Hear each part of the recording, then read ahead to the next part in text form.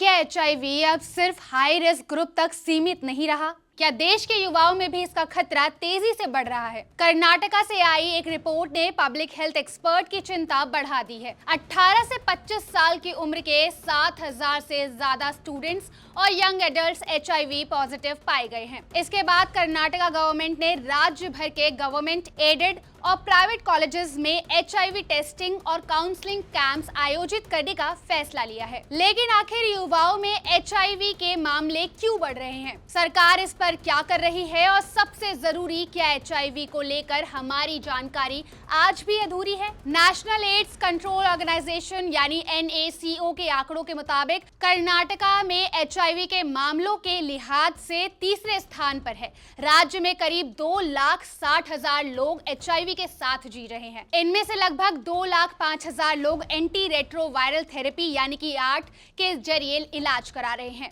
लेकिन सबसे बड़ी चुनौती उन 56,406 लोगों की है जिन्हें खुद भी नहीं पता कि वे एचआईवी से संक्रमित हैं, यानी संक्रमण होने के बावजूद वे जांच और इलाज दोनों से दूर हैं। यही वजह है कि सरकार अब अर्ली टेस्टिंग और अर्ली डायग्नोसिस पर विशेष जोर दे रही है। चिंता इसलिए भी बढ़ गई है क्योंकि 18 से 35 साल के युवाओं में एचआईवी संक्रमण तेजी से बढ़ रहा है। सरकारी आंकड़ों के अनुसार इस आयु वर्ग में एचआईवी पॉजिटिव लोगों की संख्या 2023 से 24 में 44,500 थी, जो 2025 और 26 में बढ़कर 66,600 हो गई। हेल्थ ऑफिशियल्स का कहना है कि इसके पीछे जागरूकता की कमी, एचआईवी को लेकर फैली गलत धारणाएं, समय पर जांच ना कराना, स्टिग्मा और भेदभाव का डर बड़ी वजह है। कई लोग आज भी खुद को रिस्क में नहीं मानते, इसलिए समय पर टेस्ट नहीं कराते। इस चुनौती से निपटने के लिए Karnataka state ads prevention society यानी KSAPS ने राज्य के कॉलेजेस में इंटीग्रेटेड एचआईवी टेस्टिंग, स्क्रीनिंग और काउंसलिंग कैंप्स शुरू करने का फैसला लिया है। इन कैंप्स का उद्देश्य है एचआईवी संक्रमण की जल्द पहचान करना, कॉन्फिडेंशियल काउंसलिंग देना, एचआईवी प्रिवेंशन के बारे में सही जानकारी पहुंचाना, टेस्टिंग से जुड़े स्टिग्मा को कम करना और जिनकी रिपोर्ट पॉजिटिव आए उन्हें फ्री ART ट्रीटमेंट सर्विस से जोड़ना। इसके साथ ही नो योर स्टेटस कैंपेन के तहत एक confidential digital risk assessment platform भी शुरू किया गया है। कॉलेजों और सार्वजनिक स्थानों पर लगाए गए QR कोड को स्कैन करके लोग अपनी रिस्क असेसमेंट कर सकते हैं, नजदीकी एचआईवी टेस्टिंग सेंटर और काउंसलिंग की जानकारी पा सकते हैं।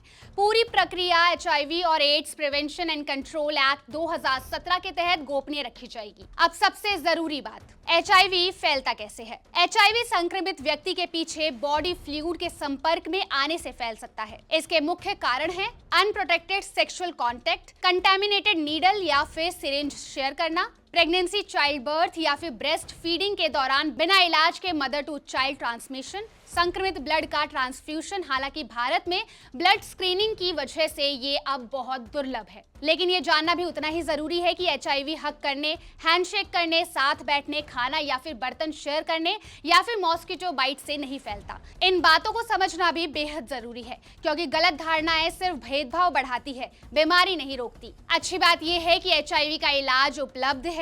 हालांकि अभी इसका इलाज नहीं है, लेकिन एंटी रेट्रोवायरल थेरेपी यानी कि ART वायरस को बढ़ने से रोकती है, इम्यून सिस्टम की रक्षा करती है और पेशेंट को लंबी एवं स्वस्थ जिंदगी जीने में मदद करती है। लगातार इलाज लेने से वायरस का स्तर इतना कम हो सकता है कि संक्रमण फैलने का खतरा भी काफी कम हो जाता है। अगर आप सेक्सुअली एक्टिव हैं, कभी रिस्क एक्सपोजर हुआ है या आपको लगता है कि आप रिस्क में हो सकते हैं, तो बिना डर और बिना शर्म एचआईवी टेस्ट जरूर कराएं। सेफ सेक्स अपनाएं, कॉन्डम का इस्तेमाल करें, नीडल कभी शेयर ना करें और एचआईवी को लेकर किसी भी तरह के स्टिग्मा या फिर मिथ से बचें। याद रखिए, एचआईवी से बचाव का सबसे बड़ा कदम है नो योर स्टेटस, क्योंकि सही समय पर जांच, सही इलाज और सही जानकारी ही एचआईवी के खिलाफ सबसे मजबूत सुरक्षा है। अगर आपको ये वीडियो इंफॉर्मेटिव लगी हो तो लाइक और शेयर जरूर करिए। साथ ही ऐसे और हेल्थ अपडेट के लिए जुड़े रहिए ओनली बाय हेल्थ के साथ।